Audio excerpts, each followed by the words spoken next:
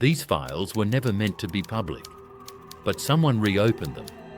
This is the Dark Bureau. A silent network moves funds faster than authorities can record them. Invisible hands operate with surgical precision, shifting assets through paperwork, deftly severing any connection to their true origin. With the stroke of a pen or the flick of a digital signature, fortunes pass seamlessly into secrecy. On the surface, an immaculate white-columned bank looms over a turquoise Caribbean bay, its emblem gleaming in the sun. But behind this inviting facade is only empty space. No banks of tellers, no wealth stored in hidden vaults, just a number on a mailbox and a stack of mail awaiting collection by yet another intermediary. This absence is not neglect, but intention. Systems engineered for solitude and silence, immune to scrutiny, disguise the true nature of the enterprise within.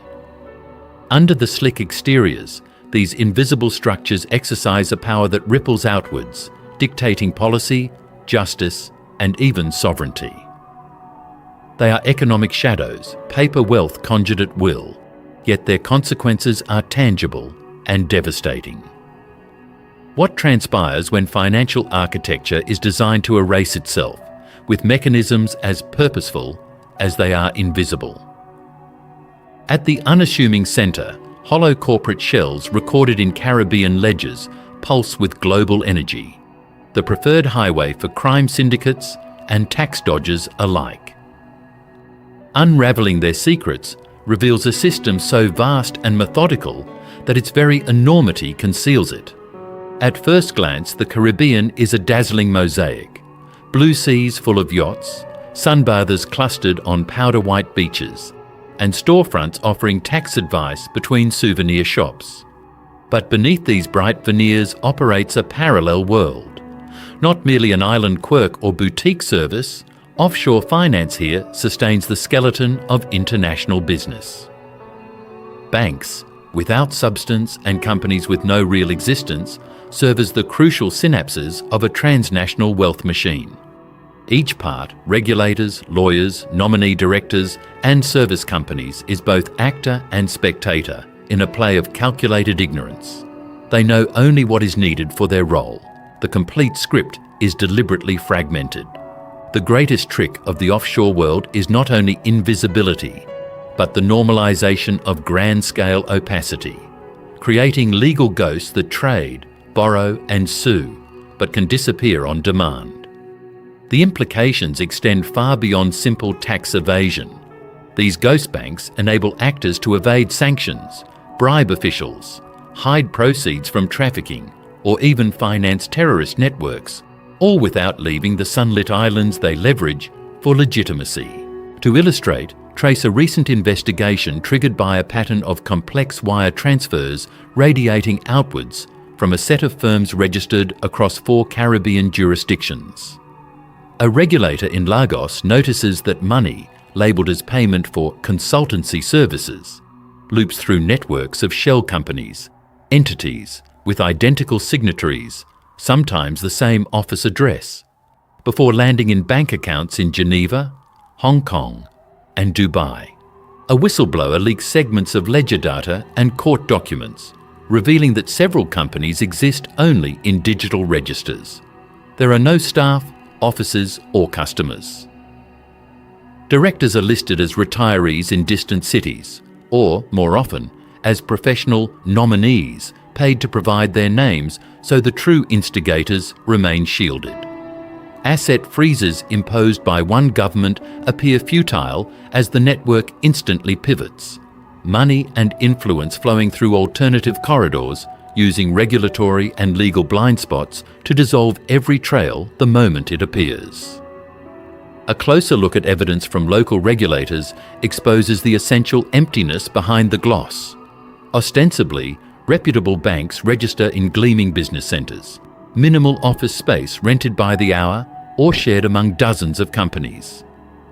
Visits by journalists or auditors reveal the reality. Empty rooms, desks rarely staffed, doors often locked, vital records stored on a single server managed off-site.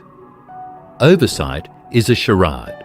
Annual financial reports required by law are drafted by the same handful of well-established legal intermediaries who profit from both their clients' prosperity and their secrets. Major correspondent banks, respected names in New York and London, are formally tasked with due diligence, yet their risk systems flag little, and their contracts require only that the right boxes be ticked. Red flags, such as the same individuals acting as directors for hundreds of opaque companies or patterns in supposedly independent audits, accumulate unheeded. The system's defining feature is intentional obfuscation. Layer after layer of legal fiction. Entities that own other entities. Trusts that manage shells. Owners who change with a wave of a confidential statute's hand. There are no accidental loopholes here, only a legal scaffolding purpose-built to frustrate inquiry. The rise of this architecture follows a global arc, shaped by waves of deregulation and opportunism. During the 1990s, a number of insular Caribbean states liberalised their incorporation laws. International business companies could be launched in just a few hours, with minimal paperwork and not even a requirement to name the ultimate owner. This innovation, corporate confidentiality as a product, soon rivaled tourism as a pillar of many island economies. Encouraged by aggressive marketing from law firms and brokerage houses, illicit and licit money alike flooded in. By the dawn of the new century, as authorities detected massive illicit outflows from sanctioned states and traced cyber laundering vectors, the ghost banks became essential infrastructure for those seeking to escape scrutiny.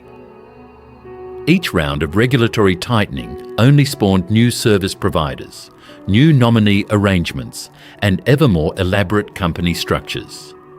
Oversight agencies, underfunded and politically constrained, could only react after the fact, and always in partial detail. A pivotal global reckoning arrives in 2016, when a massive leak of encrypted documents and legal correspondence exposes the underlying machinery to public view. Instantly dubbed the Panama Papers, this dragnet pulls thousands of discrete Caribbean entities into the glare of media and government inquisition. Forensic teams painstakingly reconstruct company networks, finding chains of ownership that, by design, lead to dead ends, sometimes stopping at law firms granted statutory exemptions from public disclosure. Internal communications from regulatory bodies across multiple territories openly confess not to accidental negligence, but to systemic incapacity. Offices with too few staff, compliance processes built on trust rather than intrusion, and professionals who write the rules also having the authority to enforce or ignore them. Here, the line between consulting and complicity blurs. The very statutes meant to deter criminal exploitation offer instead a defence for secrecy, as deep-rooted cultural and economic interests discourage fundamental change.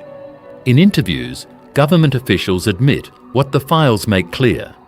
The safeguards are not only inadequate, they are deliberately hollowed out, a result of conscious policy to attract capital at any cost.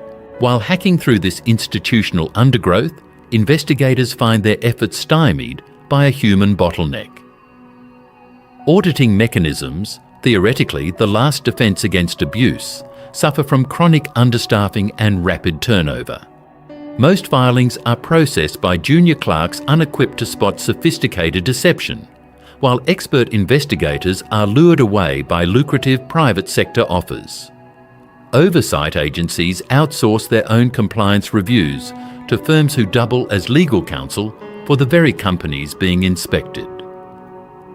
This inversion of incentives means almost every infraction flagged by external auditors is rationalised away as conforming to local norms, or dismissed as the actions of a bad apple, not a systemic problem. Over time, the abnormal becomes routine, as even government compliance teams start to internalise the logic of secrecy. Annual reports get rubber-stamped, and mounting inconsistencies are lost to the churn of personnel. The normalisation of these abnormal practices is perhaps the greatest institutional risk. No single operator is responsible. Yet the machinery functions perfectly to accomplish its covert purpose. As these practices are spotlighted globally, the institutional response is both forceful and fractured. In the wake of headline-grabbing investigations and mounting anger from harmed states, international authorities put intense pressure on key Caribbean banking centres. Prominent ghost banks, once able to access the global dollar network without question, now find themselves suddenly de-risked and blacklisted by major correspondent banks. Transactions dry up overnight. For host economies, this loss of access is devastating. Even legitimate actors, importers, exporters, legal trust managers find themselves squeezed between suspicion and uncertainty. The outflow of foreign capital leads to economic shock. Real estate markets seize, service industries lay off staff, and governments scramble to plug sudden budget holes. This collateral damage, neither random nor accidental, is the price of institutional complicity. Meanwhile, the illicit actors adapt, migrating to new or even friendlier jurisdictions, embracing new modalities like digital currencies, or fracturing their operations into smaller, less detectable units. Each reform effort provokes countermeasures from offshore architects, perpetuating a cycle with no clear end. Long-term, the social and economic consequences are severe. For the countries where illicit flows pass through, budgets vital for schools, hospitals, and infrastructure are lost to sleight-of-hand accounting. Political trust erodes as citizens realise the wealthy and powerful can always shelter assets just beyond reach. In many cases, enforcement lags far behind the innovators.